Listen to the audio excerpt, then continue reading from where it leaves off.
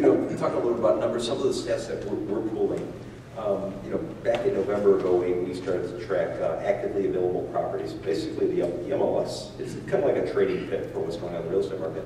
And back in November of 2008, the reason we started tracking it is we were feeling something, but there was no statistical data that would give you an idea of where we are at a moment in time, just because the MLS it's real time, but it doesn't give you historical.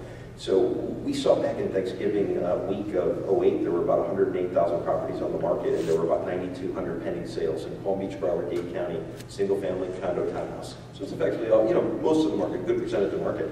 Today, well, yesterday I should say, we found there's about 67,000 for sale, and there's about 21,000 under contract pending sales. So you've seen almost a doubling of pending sales. And now some people will say shadow market, shadow market, shadow market. So, I guess what I'm wondering is, is there a shadow market out there? Are you seeing a shadow market, and is maybe some of the withdrawal or the withholding of product, is that maybe contributing to this idea that maybe there is a bottom, or do you think that this is just truly a market kind of playing itself out, from what you're seeing? Yeah, I mean, whoever really knows in the shadow market thing, there's probably something to that. There almost has to be. It's just how extensive or expensive is it?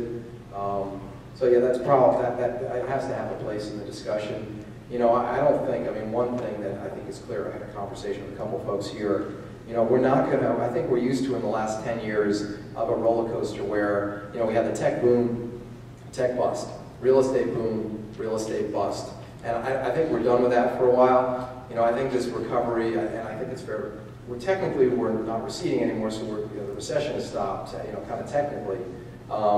We're definitely not going to see when the hockey stick isn't going to be there. While I think there are some green shoots, there are some countervailing winds like that factor, and maybe some others that are going to keep it.